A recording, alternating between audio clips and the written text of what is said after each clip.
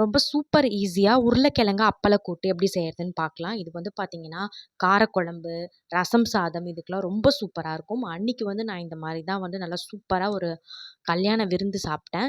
இப்போ அதுக்கு இதெல்லாம் தான் தேவையான இன்க்ரீடியன்ட். வீடியோ பிடிச்சிருந்தா லைக் பண்ணுங்கள், சேனலை மறக்காமல் சப்ஸ்கிரைப் பண்ணி சப்போர்ட் பண்ணுங்கள்.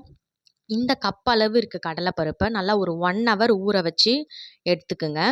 இப்போ குக்கரில் நம்ம 1 ஹவர் ஊற வச்ச கடலைப்பருப்பு, அது முழுகிற அளவுக்கு தண்ணி, 2 மீடியம் சைஸ் தோல் உரித்த உருளைக்கிழங்கு, ஒரு சின்ன சைஸ் வெங்காயம், ஒரு முழு பச்சை மிளகாய், 3 பல் பூண்டு, ஒரு சின்ன சைஸ் தக்காளி சேர்த்து கொஞ்சமாக தண்ணி சேர்த்து மீடியம் ஃப்ளேமில் 4 விசில் வேக விட்டு எடுங்க.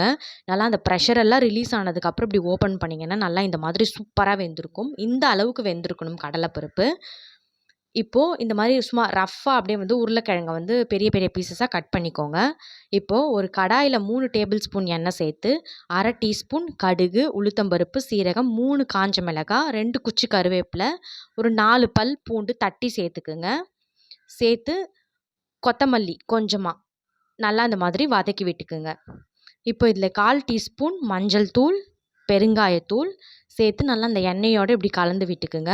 இப்போ இதில் நம்ம வேக வச்ச கடலைப்பருப்பு, உருளைக்கிழங்கு இருக்கு இல்லையா, அதை வந்து இதில் சேர்த்துக்குங்க. சேர்த்து ஒரு 1 டீஸ்பூன் உப்பு சேர்த்து கொஞ்சமாக ஒரு 1/4 டம்ளர் அளவுக்கு தண்ணி சேர்த்துக்குங்க. சேர்த்து நல்லா இந்த மாதிரி ஒரு முறை கலந்து விட்டுக்குங்க. இப்போது இது வந்து அப்படியே கொதிக்கணும். நல்லா இந்த அளவுக்கு கொதிச்சு வர ஸ்டேஜில் வந்து அப்பளம் சேர்த்துக்குங்க. 3 பெரிய சைஸ் அப்பளம் இந்த மாதிரி நல்லா பெரிய பீசஸாக உடச்சி சேர்த்துக்குங்க.